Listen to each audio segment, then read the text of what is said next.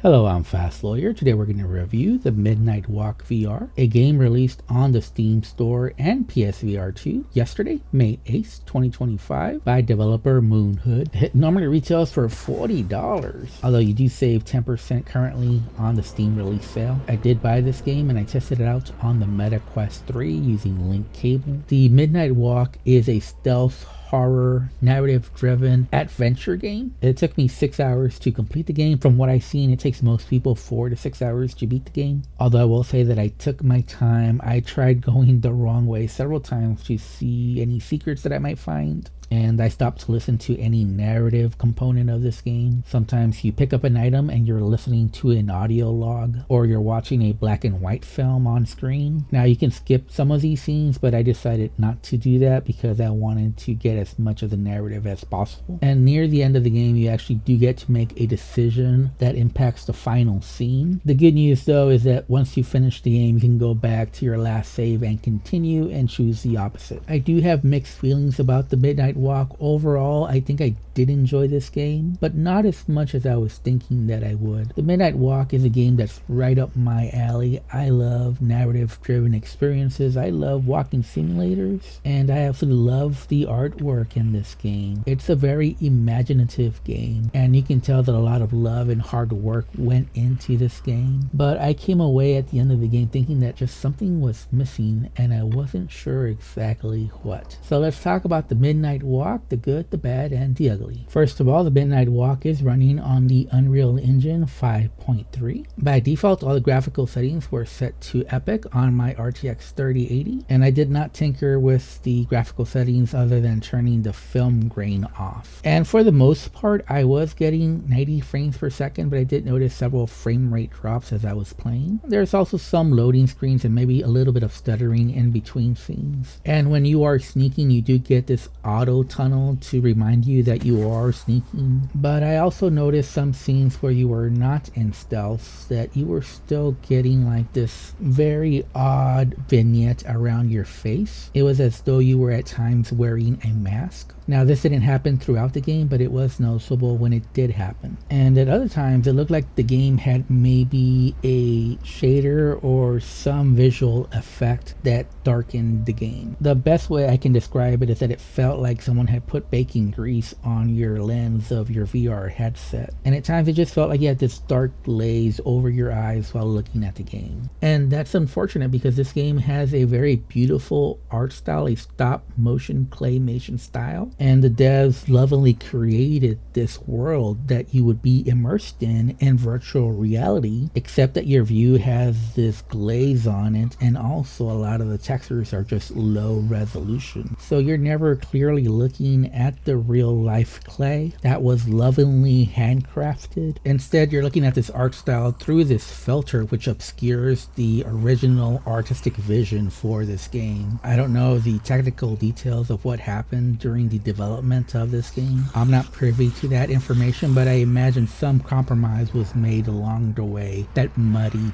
the art style. And again, I do think this is a beautiful world to explore. It's very unique and original, but when you see such low resolution textures and such poor lighting, you know something went wrong along the way. And again, I did have all the graphic settings set to epic. I did have the film grain off, and I did increase brightness, but none of that helped to make the game look as good as it otherwise should have. On the other hand, the audio was excellent in this game. The sound mix was near perfect. The game has great spatial audio. There is this mechanic where you close your eyes to sense where enemies are or to hear things better. On PC, you press trigger to close your eyes, but on PSVR 2, you actually have eye tracking that senses when your eyes are closed. And just like a bat, I could pinpoint exactly where to go based on audio cues. And at my age, that's a pretty good job by the devs. The voice acting was excellent, at least for all the major characters in the game. Some of the minor characters, maybe not so much. Maybe the quality just wasn't there for some of their mics. And the musical overall soundtrack was exceptional. I really loved it and it matched the action in the game perfectly. No complaints there, and that's as good as it gets in VR. As far as the gameplay, keep in mind this is a narrative driven adventure. Some people might even call this a horror walking simulator. Some stealth, some chase sequences, and some puzzles to solve as well. And there's lots of collectibles to collect along the way if you're inclined to do so, but they are totally optional. I would say the puzzles are casual level difficulty. I was really only stumped on one puzzle where you have to put this story together, and in my mind I thought I knew what the ending was, but it wasn't the right one, so it took me a little bit of time to figure that out. The rest of the puzzles are simply figuring out how to light all the candles, and those are simply simple logic puzzles,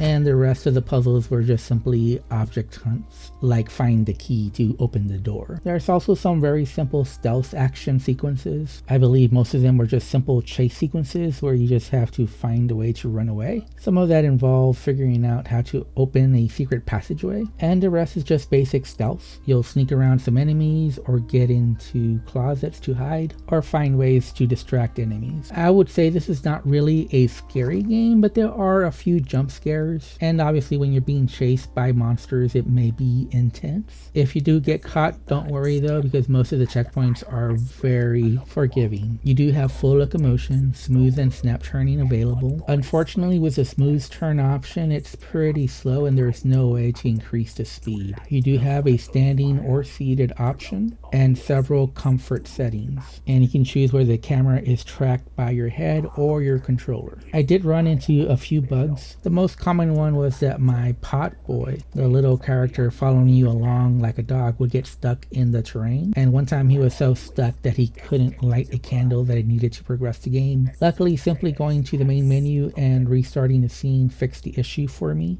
I also had an issue with one of the game objects disappearing, but again, just restarting the scene fixed the issue. So I experienced some minor bugs, but nothing game breaking. Lastly, I do want to talk a little bit about the story. As you guys know though, I don't like doing spoilers, and I'll use the Steam store page description to describe the setup for the story. So basically, you befriend a lost lantern creature and light your way through a world of wonder and terror. So yeah, basically you and Potboy basically traverse this Tim Burton-esque landscape as you do the Midnight Walk. Figuring out what the Midnight Walk is part of the narrative, and I think it can be interpreted in different ways. I have my interpretation. Now, I do think there's a lot of environmental storytelling here, and you can see that this conflict, which is talked about, has ravaged the world around you. It's had a very dark effect on the world, and the story is a slow burn, no pun intended. However, by the end, I did appreciate the story. I actually think it's a very deep story of immense consequence, and especially if you've seen both endings to this game, you'll have a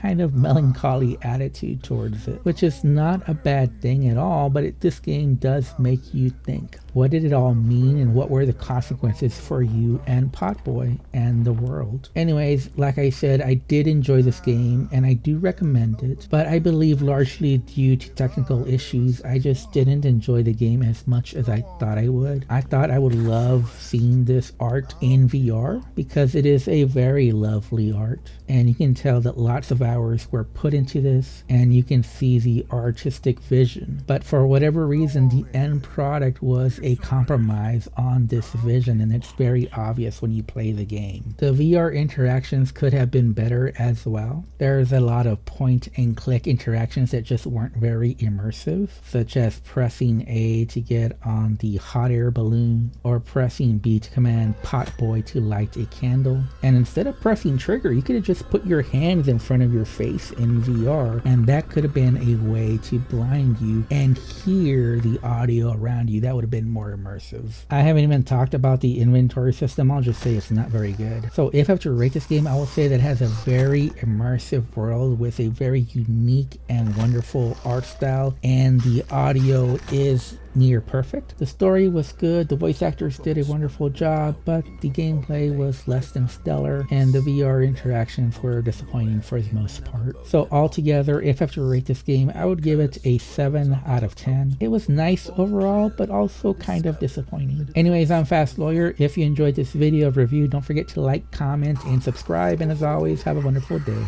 and enjoy the rest of the video.